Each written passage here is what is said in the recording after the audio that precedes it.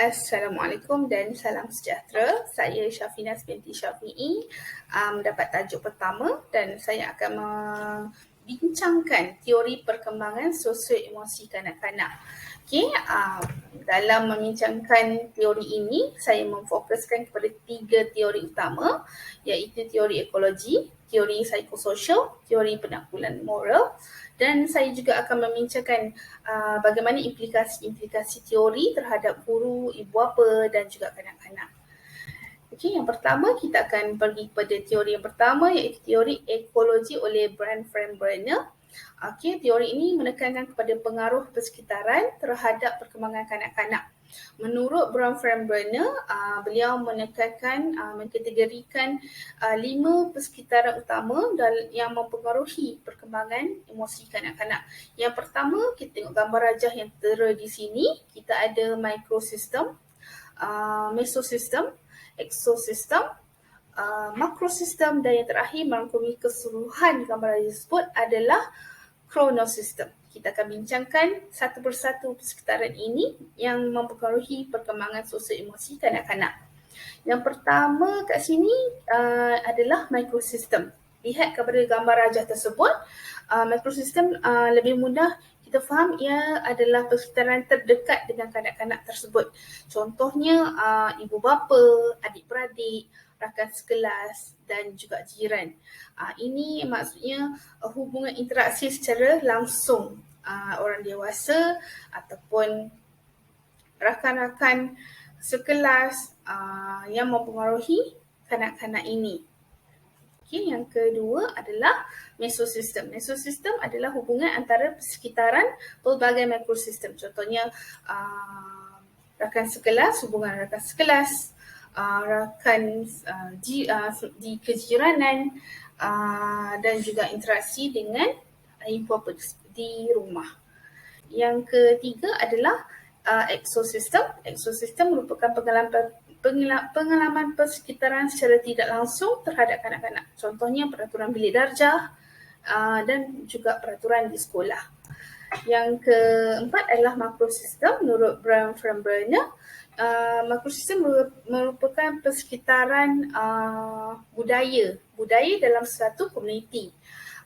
Jika kita lihat, yang terakhir merupakan chronosystem. Chronosystem meliputi keseluruhan persekitaran yang telah yang melibatkan kanak-kanak tersebut. Contohnya kanak-kanak secara langsung tadi kita tengok adalah mikrosistem dengan ibu bapa, rakan sekelas, jiran, semasa pertengahan kanak-kanak secara tak langsung. Contoh lebih kepada peraturan di sekolah, peraturan di bilik darjah.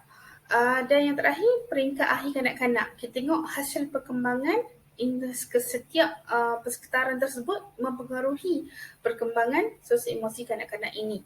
Okay? So kita akan lihat bagaimana kat sini kita akan lihat bagaimana implikasi teori ekologi Brand Brenner. Bila kita dah faham setiap persekitaran, macam mana kita nak apply, macam mana kita aplikasikan supaya kita dapat wujudkan kanak-kanak yang mempunyai sosio emosi yang positif. Antara yang pertama adalah semasa mikrosistem kan merupakan hubungan terdekat secara langsung, jadi perlunya peranan orang dewasa dalam mikrosistem ini untuk membimbing kemahiran sedia ada mengikut minat kanak-kanak. Okey, yang kedua adalah mesosistem. Mesosistem tadi adalah interaksi antara setiap interaksi yang berlaku. Jadi kat sini perlukan pengaruh guru sebagai pembimbing dalam seimbangkan perkembangan sosial emosi kanak-kanak. Yang ketiga adalah exosystem. Exosystem yang tadi secara tak langsung. Maksud kat sini wujudkan PDP yang menarik dan di sini aplikasikan konsep peraturan. Dan keempat adalah makrosistem, aktiviti budaya, contohnya macam sambutan perayaan. Dan yang kelima adalah chronosystem. Chronosystem ini melibatkan individu kanak-kanak tersebut dalam memberi penakbulan dalam interaksi sama guru, ibu bapa ataupun rakan. Okay, so ini antara implikasi yang boleh dilakukan So kita tengok pula teori yang kedua, iaitu teori psikososial oleh Erik Erikson. Menurut Erik Erikson, kepribadian individu berkembang dalam beberapa peringkat. Erikson percaya orang yang mengalami konflik yang berfungsi sebagai titik perubahan dalam pembangunan. Lebih mudah kalau kita pendekkan, iaitu orang yang berjaya menangani konflik akan mempunyai psikologi yang tinggi, yang lebih baik.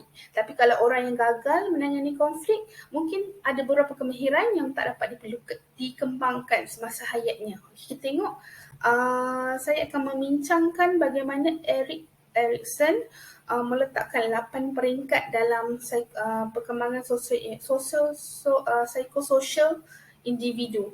Ada 8 peringkat. So kita tengok kat sini, yang pertama adalah infansi. Infansi ni semasa kanak-kanak, semasa bayi, masa permulaan awal-awal individu sebagai bayi.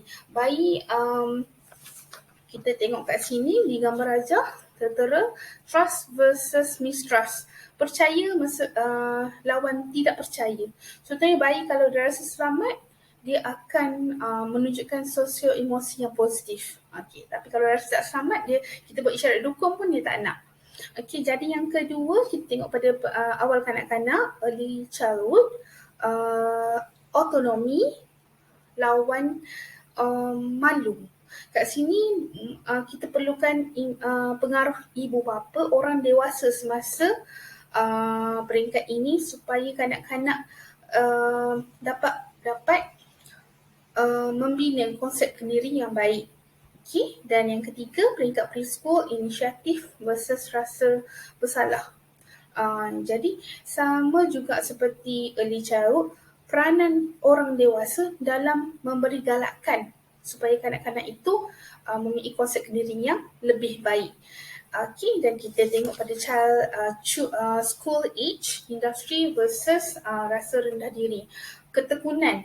Okay, kat peringkat ini kita tengok individu lebih tekun. Kanak-kanak sekolah rendah tekun menggali ilmu. Dia apabila kanak-kanak ini nak belajar sesuatu, dia akan ada ketekunan untuk dia belajar. Tapi kalau dia tak dapat kuasai, dia akan rasa rendah diri. So peranan guru kat sini untuk memastikan kejayaan terhadap kanak-kanak peringkat sekolah rendah ini. Dan yang kelima, kita tengok kat sini identity lawan kekeliruan identiti. Ini lebih pada peringkat remaja. Okay, remaja sebabkan remaja dah berinteraksi dengan rakan sebaya di komuniti, di kelas, di sekolah, ibu bapa. Maksudnya dia punya persekitaran dah luas. Jadi peranan di sini, peranan komuniti, peranan orang dewasa, peranan ibu bapa memastikan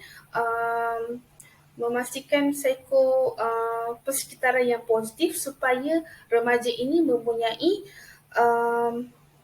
mempunyai konsep kendiri yang positif, dan ini akan membantu dalam perkembangan di peringkat yang lain. Contohnya peringkat yang adult, iaitu intimacy versus isolation, ataupun kerapatan lawan pengasingan. Ini elemen kasih sayang semua ada. Kita boleh lihat remaja yang kurang kasih sayang akan tend untuk ataupun akan memengaruhi semasa peringkat yang adult ini. Kalau dia dibelai, dikasih sayang, sosial emosi yang positif, insyaAllah semasa peringkat yang adult ni juga dia akan tunjukkan konsep intimasi ataupun kerapatan. Okay, kemudian kita tengok pula peringkat middle adulthood, iaitu generatif dan lawan pemusatan kendiri. Ini lebih pada peringkat umur 35 dan hingga 60 tahun. Ini lebih pada tanggungjawab terhadap masyarakat, dalam memberi sumbangan. Okay, generatif. Kita generatifkan komuniti itu.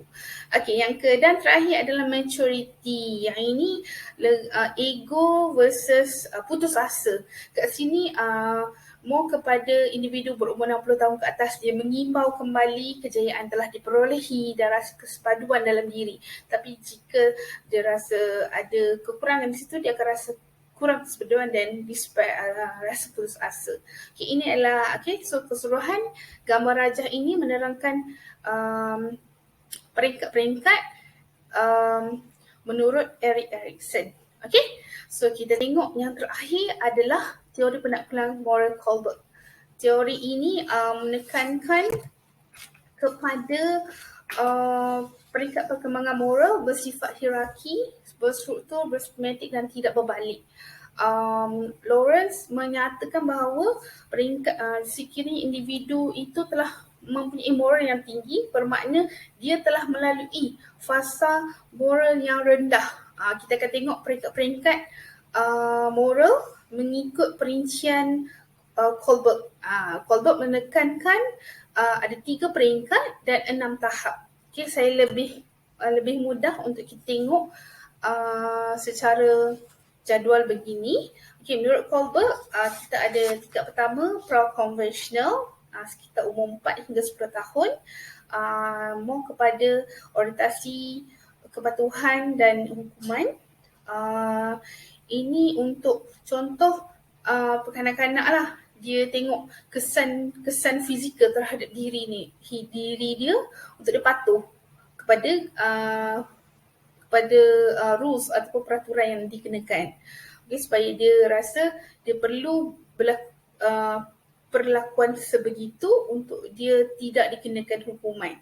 Okey, yang kedua adalah ganjaran. Orientasi kepentingan peribadi adalah bersifat ganjaran. Contoh, dia ikut peraturan, dia rasa selamat. Ikut peraturan, dia dapat hadiah. Okey, itu peringkat kanak-kanak. Okey, bila tengok peringkat kedua iaitu konvensional, orientasi keserasian, lebih kepada aplikasi moral-moral yang baik. Okay. Dan juga yang keempat tadi, orientasi aturan sosial. Kita aplikasikan pada peringkat konvensional ni, kita aplikasikan etika sosial yang baik untuk menunjukkan kita mempunyai moral yang baik, yang positif. Okay. Contohnya kita rasa hormat kepada orang lain semasa berinteraksi. Okay, dan yang peringkat ketiga adalah pasca konvensional ataupun post konvensional, 13 tahun ke atas. More kepada orientasi hukum dan legalitas, dan juga prinsip etika universal ataupun sejagat. More kepada kod moral yang baik untuk diaplikasikan dalam komuniti. Okay, so antara implikasi guru ataupun ibu bapa ataupun komuniti dengan juga komuniti untuk seperti yang disarankan dalam teori Kohlberg, menekankan yang pertama, sistem token. Sistem token ni contoh guru bagi ganjaran apabila kanak-kanak itu menunjukkan pelakuan yang baik. Yang kedua adalah aktiviti PDP yang menarik bagi bentuk moral dan tingkah laku positif dalam kalangan murid.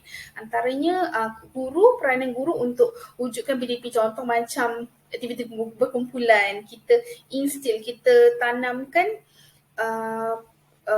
rasa bertanggungjawab, bekerjasama, sifat-sifat yang baik seperti tolak ansur. Dan yang ketiga, aktiviti implikasi yang boleh buat adalah kolaborasi antara guru, pentadbir, waris dan komuniti. Ini perlu untuk mewujudkan moral yang baik dalam satu komuniti. Dan yang keempat, ini adalah aktiviti lah yang boleh kita buat. Aktiviti komuniti dan budaya setempat. Contoh, kita sambut perayaan bersama, kita adakan sambutan hari kemerdekaan untuk menunjukkan semangat patriotik. Okay? Dan ini tak secara tak langsung meningkatkan tahap moral individu itu sendiri. Okay, so ini antara rujukan dalam membincangkan teori-teori perkembangan sosial emosi kanak-kanak. Ada daripada jurnal, daripada buku John W. Central, dan juga beberapa maklumat yang diakses di atas talian. Saya rasa itu saja daripada saya. Terima kasih atas perhatian yang diberikan. Terima kasih. Assalamualaikum.